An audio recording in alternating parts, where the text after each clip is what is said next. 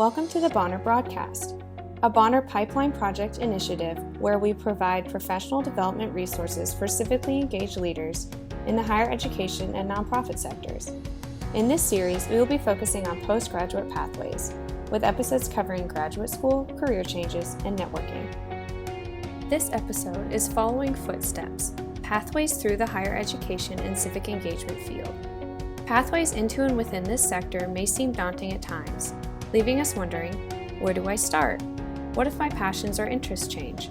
How do I know what the next step is? In part 2 of this episode, we will hear from professionals at different stages of their careers. They candidly share their experiences, advice, and journeys through the field to their current position. Highlighted in this episode is an individual who began the pathway as an intern, one who changed careers, and one who followed the path of entrepreneurship.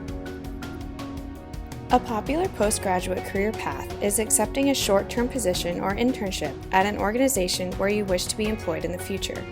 Elvis Diaz, Senior Financial Business Analyst at Intel Corporation and Bonner Scholar alum from Berry College, is here to share his postgraduate journey with Bonner and how it led him to his current position. I was born and raised in Georgia from a single immigrant mom. She raised 6 kids. So growing up with the struggle of her being into this country, not speaking English. Also, she never went to school, so she was never educated, so she was illiterate. So she only spoke Spanish. And her raising 6 kids here in the U.S., the challenges that we went through was definitely something that definitely influenced basically everything I do. I wanted to do the best for me to at least finish high school, and then eventually I also wanted to go to college. And I'm like, how are we gonna do this? We have no money. I don't really know anyone who goes to college. I have no idea how to navigate that.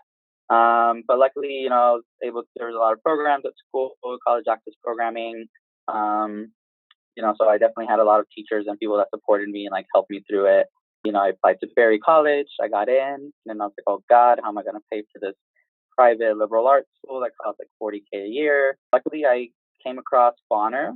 However, it's just funny because my perception of Bonner before I ended up applying and eventually got in was totally different than obviously what it actually is. At first, I wasn't even considering applying because they said you have to do volunteer work, community service. Just can't do it. I'm not good enough, so let me not even apply when there's other people that are more worthy or probably do more good in the world. And I really wanted to go to Berry, and I was like, I just have to apply for all the scholarships I can because we can't afford anything. So I ended up applying. Luckily, I was able to get invited to interview. And when I came to the interview day, that's when my eyes were just open because I see how the community aspect of Bonner and the fact that I learned about, it's a cohort based, it's community service based. I actually do belong here because I didn't know specifically it was targeted towards low income, first gen, diverse individuals. And I was like, wow, that's me. I feel represented. And then obviously, luckily I got accepted, and that was one of the happiest days of my life. The fact that my dream of going to college is going to finally be able to become a reality. Next, I asked Elvis, what did you study and how did it intersect with Bonner? I was like, all right, I'm a finance major. But then obviously through Bonner, we do a lot of community engagement work. We do a lot of work with nonprofits. We learn about social justice issues, and that's what really I was most passionate about. And I was kind of jealous of my classmates who were studying education or medicine. And then there was a good connection of their major with the service work that they were doing. And obviously I had that disconnect. I just focused, honestly, all of my energy on just the community engagement work. That's what really sparked that I was most passionate about. That's what I was most excited about. So I just got the finance degree just because I don't know what else I want to do, just to do it. And then when I graduated college, I had this little dilemma of okay, I really want to do community engagement work. I want to work at a nonprofit. However, I need to make enough money, not just to basically to sustain myself so that I don't have to rely on my mom for anything. And that was the struggle. It's if I go to the traditional business route, then I'll make somewhat a decent salary starting off. I can again, just pay my bills and help my mom if she needs or anything. But I just didn't want to do that. And I was like, do I go traditional business route and then maybe not like my job but I'll be financially stable where I don't have to be a burden for my mom, and I don't, eventually I want to start saving myself so I can take care of her. Or do I just, follow my passion? And unfortunately, A lot of the roles starting for level entry on nonprofits don't pay that well. But I was like, whatever, I don't care. That's what I'm going to do. So I was only applying for nonprofit roles. So that's really what I was most passionate about. Luckily, I was able to get an internship with the Bonner Foundation after I graduated. And then luckily, my last day there, they said there might be a full-time position opening I wanted to apply and interview for. And luckily, I got it. And they took me in, and I moved to Jersey. So I worked at the foundation for 2 years. And I realized I did want to go back to school. I was originally thinking of doing an MPA or MPP or a Master of Public Policy or Public Administration. But honestly, I was looking at the curriculum, and like, while I do love community engagement work and community service, like, I'm not a big policy person. I did do business undergrad. MBA, a Master's of Business Administration, something I was always interested in. Let me look at that. And I realized there's a lot of programs that provide like entrepreneurship or social enterprise or sustainability or like service aspects of business that I was very interested in. So I decided to apply for business schools that specifically provided a curriculum on like ethics and social responsibility. I decided to apply for business schools through what's called the Consortium for Graduate School of Management, or CGSM. And it's a consortium of business schools that are committed to diversity. So the original mission was to provide African American business students, access to opportunities that they didn't have. And then from there, they extended it to Hispanic Americans, and now Native Americans are included in it. And it's kind of like a common app where you just fill out one application, then out of their member schools, you get to choose which ones you're interested in. And then they will decide if they accept you and then maybe even give you a full ride. They're looking for people who have done work committed to diversity. And obviously, as a Bonner, you automatically qualify. I was very intrigued by the fact that although most people hate, the corporate world, the business world, the fact that there's this organization that specifically focuses on providing and uplifting communities that don't have as much opportunity. And the fact that there are also these business schools that focus on social engagement or social responsibility and basically bringing positive impact to the business that you do. And then working at Bonner, I realized that I actually did want to go to business school, and I did want to work for the corporate sector because I realized that a lot of nonprofits, they rely and depend heavily on state or federal grants. Unfortunately, nonprofit staff get bothered with a lot of the administrative stuff that these grants ask them to do. So they have a lot of reporting, a lot of paperwork, which again, I understand it is needed. However, they don't get to focus on the actual work of what the mission of the nonprofit does. And I had a lot of frustration with that, with what I would see. And luckily at the Bonner Foundation, we don't ever have to worry about fundraising every year, but meeting a lot of nonprofits where every year they're just like desperate for money, and every year they have to keep making sure they have enough money for just their salary of their staff. And then I realized that a lot of nonprofits, they do rely on corporate giving because corporations give them money and they can do whatever they want with it and like have better impact. And that's when I thought I can work on the business side and work on the corporate giving or social responsibility side. And then I like that aspect because I feel that while policy is in the end the biggest, can make the bigger impact, obviously. However, right now, in terms of like business and social responsibility, I think businesses can do a bigger impact right now and more quickly than policy. And policy is like a long process. And that's something that really excited me that I want to be a part of. So that's why I went the business route, got my MBA. I'm currently working at Intel, which is a global semiconductor chip manufacturing company. And I'm excited to right now working in finance. The reason I like corporate finance is because that's how you get a good idea of how the whole organization works financially. And my goal is to eventually get into the social responsibility department or sector. But first, I want to understand where the business side and the finances are done, because I think before you can make any claim or argument towards social responsibility initiatives, you kind of have to understand the business and speak the language. Now you have insight on how an internship can be your first steps towards your future. Next, many people wonder, what if my interests and passions shift? Changing your career is more common than you think. Here to discuss her own experience with changing pathways is Arlette Cepeda, Director of the Center for Leadership and Community Engagement at Wagner College. I am Arlette Cepeda. I am a visual artist from Port Richmond, Staten Island, New York. About 5 years ago, I had a couple of events that happened in the community of Port Richmond, which is the the community Wagner has been working on for the last decade or so. I was able to attract the attention of Wagner because of the work that I was doing. At that moment, they were looking for a community partnership coordinator, and I was looking for a job because I worked in the city. So I wanted to stop commuting, and I applied, and I got the job. So after that, my main role was to reconnect with the partners in the already existing Origin partnership and reactivate that partnership. You know, engage it and build it into a stronger partnership.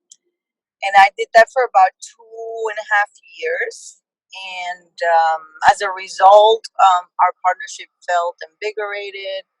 I did the first ever Poor Richmond Summit, which was like an all-day conference for our partners. I also put out a call for a seed grant, the first one for our partners that happened during that time span.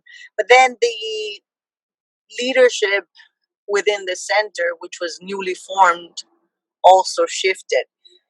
Its founders moved on, they left, and I took then a more administrative role. I first as an associate director.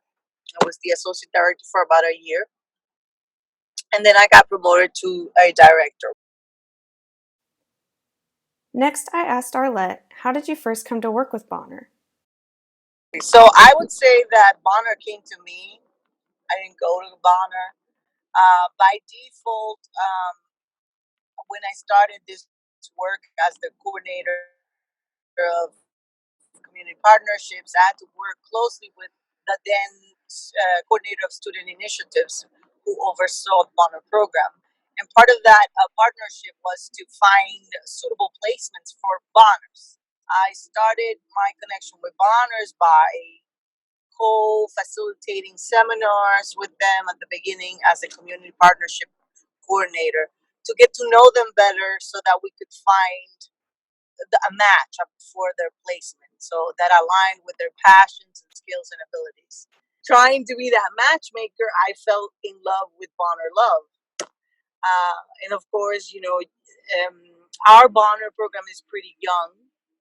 So I would say that I was in the midst of shaping what the Bonner program at Wagner is today. And doing that allowed me to see the potential of this program and the value to uplifting our partnerships because after you know I came to this work from a partnership perspective, right?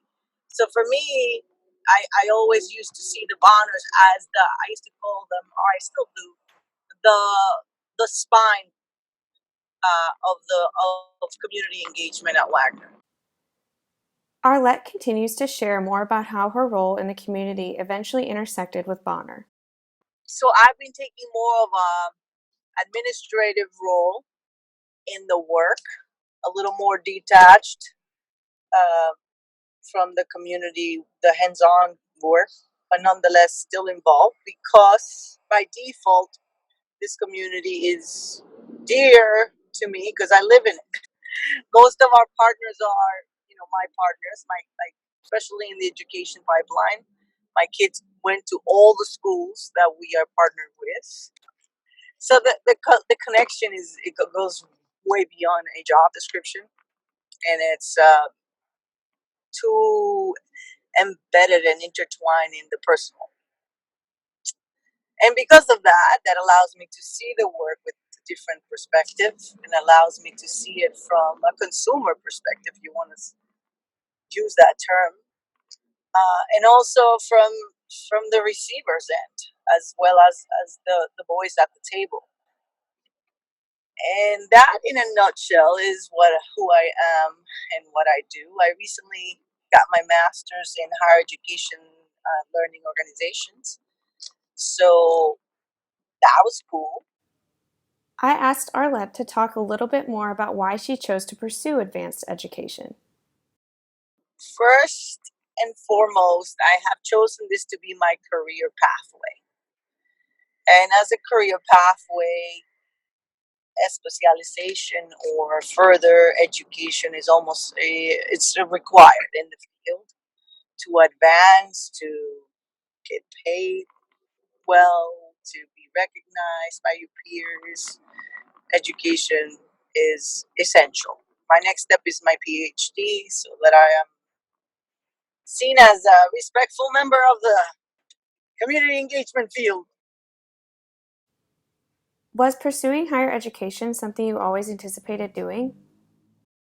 No, absolutely not. I'm not a typical student. I don't have a straight line pathway to education. I am older than college student. I'm a mother of three. I was in school at the same school with my children, so not your average student. Um, so there was a gap of 14 years between my bachelor's degree in studio arts, which is what I went to school for, and my master's degree in higher education administration. So a big gap. To conclude, Arlette leaves us with some advice. When you come to this work with an open heart and with an honest and humble desire to improve your surroundings and improve yourself, then I think honor provides the structure and the safety net and the experiences that will allow you to do that. I actually gave a TED talk to our seniors last semester that were graduating, precisely about life after college. It's not a straight line. It doesn't have to be, and it's actually super exciting to explore different pathways. You never know where it's going to go. You know, my dream was at 22 to be in Soho and have an art loft, and go to art gallery openings every weekend. That's not my reality, but nonetheless, my artwork led me to where I am today. A Bonner alum who has taken Bonner Love on her path to entrepreneurship is Jada Monica Drew, currently CEO of her own company, Social Designs, a leadership and diversity firm. Jada shares networking advice in the Building Your Professional Toolbox episode of this series, but here she shares some of her background and how she was able to incorporate Bonner into her business. So my name is Jada Monica Drew, and I graduated from Guilford College in 2007. And I was a part of the Bonner class, 2007, Bonner Love. And while at Guilford, I studied psychology as my major, and I minored in African American studies and education. When I went to graduate school, I actually went to graduate school while working, and I went full-time to get my master's from Drexel University. And I was a part of the global and international education program with a focus in peace education. And now I currently am the CEO of Social Designs, and Social Designs is a leadership and diversity firm, and we focus on working with organizations and individuals to help them to catalyze their growth from a internal and external perspective. And we also train and consult. And I love that work, particularly because I just get to work with people and help them become better leaders. I asked Jada to share some of her pathway, and she began by describing one of her first major internships as a Bonner, working with the Department of Juvenile Justice. So my internship was a bit different from a lot of my peers. I really wanted to get into just understand what it meant to be a child psychologist. And so I came in on the juvenile justice side to kind of see what happens as students go through the system. And what Bonner allows us to do in our internships is to figure out what it is that we want to do as change agents, and along the way, what we don't want to do. And so I learned a lot about the system, and that helped to frame what I do now. I decided I did not want to be a child psychiatrist. I didn't want to be in the justice system, but I did want to interrupt that system on the front end in education. And that's why I went in to study education more in depth, particularly around how to change the education system, but doing that in a very innovative way. So as a consultant, I'm able to work with teachers, I'm able to work with corporate leaders who make big decisions from an advocacy side of things to think about school systems across the board, whether it's independent schools, public schools, charter schools, and how we can work together. After I graduated, I was an AmeriCorps Vista, and I was the lead on a program called Student to Student. And it was through the University of Chapel Hill while working at Guilford College. And my job was to create partnerships at local schools and with community leaders to implement a literacy program. After the AmeriCorps Vista year as a North Carolina Campus Compact member, I moved on to become the Africana Community Coordinator at Guilford College. So in that role, my main job was to make sure that our Africana students, anyone of African descent, that they were celebrated, that they were retained, and they were, a part of the entire campus. And so with that, I started a class called Africana Change. We ended up going to Brazil. It's a long story. First group to go to Brazil from the college, we implemented a program in a local school, Africana Change Junior. We had young children come to the school, which was a collaboration with Winston-Salem State University. So within that, right, when I think about my Bonner service, as a Bonner, we focused on anti-oppression. We focused on learning with the community, building community partnerships, and I had a leadership position as a site coordinator. All of those skills, right, translate throughout my entire career, and even now as an entrepreneur. So after I'm a community coordinator, I became the director of our department. So that's more community partnerships. However, I had to take away, once again, more direct service from the students, and I was a more indirect, if you will, service provider as an administrator. Not only as an administrator, but also taught college classes. And so I had to then make sure that the base of our student workers, the colleagues that I led, I had to make sure that I was leading in a way that implemented their ideas, that implemented all constituents, board members, faculty, staff. I had to train staff. So, it's just different levels of management. I believe I gained those skills early on as a Bonner Scholar. And then lastly, or currently, if you will, I'm lead my own company. With Social Designs, our foundation is really built in social justice. And our formula, I actually brought a card so you can see our cute little card. Our formula is truth-telling plus building relationships plus creative action equals social justice. So that's truth-telling. Everyone has their own truth. Every organization has their own truth or multiple truths. And then building relationships is really important because you have to build that trust as you're moving for social justice. And creative action is the piece that excites me the most, I think, because it's easy to get bogged down into all of the ills in the world, but if you're not creative and if you're not moving into action, then we're just talking and we're just rehashing the past. And so that's how we look at social justice. And our philosophy and how we do the work is centered around 4 C's. And those 4 C's include care, confidence, competence, and community. After hearing the philosophy behind her company, I was curious and asked Jada, how did you find this pathway?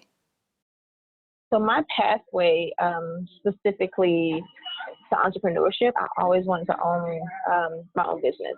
I grew up in a family of entrepreneurs. I knew I wanted to be an entrepreneur, and not because I didn't want to listen to anyone. It was more so because I saw the power in kind of that autonomy within your own company. And I saw the power in empowering others. My dad, he was a general contractor, so I grew up seeing him build houses, working with all kinds of people, and he always told me that what really propelled him was the fact that he was able to provide jobs to people that weren't able to get jobs. I would say when I think back to my pathway, I always knew I wanted to do it, and I didn't know all of the steps, but I just did it. As far as growing the company, it's seen different iterations. And so if there's anyone out there that, juniors and seniors and people are asking, like, what are you going to do next? What are you going to do next? That question really gets on people's especially if you don't know exactly. Even when you do know, your question, like, is that the right thing to do? Just do something. Because what you do now will continue to build and morph and change, and that's okay. And I wish someone would have told me that, like, it will change and it's okay. You may not apply your major the way that you think you're going to apply your major, and that's okay. My major was psychology because I love to study people and I really wanted to be a psychiatrist. I decided I wasn't going to be a psychiatrist, and all in all, I ended up counseling so many students, particularly in my role at the college. The pathways that was created, or the pathway that I followed, I couldn't have never imagined that's what it would look like while I was a freshman. I just knew that, I wanted to not just be successful, but I wanted to do something that really fed my passion. And I continue to follow my passion, and things continue to fall in place. Thank you for tuning into Part 2 of the Bonner Broadcast Following Footsteps episode. Part 1, as well as other episodes from this Postgraduate Pathways series, are available on the Bonner YouTube channel, as well as the Bonner Wiki. While you're there, be sure to check out the other Pipeline Project resources too.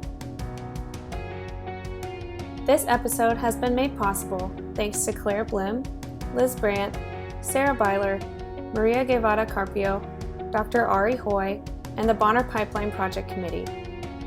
Special thanks to our featured guests and to Ben Sound for the music. Bonner Love!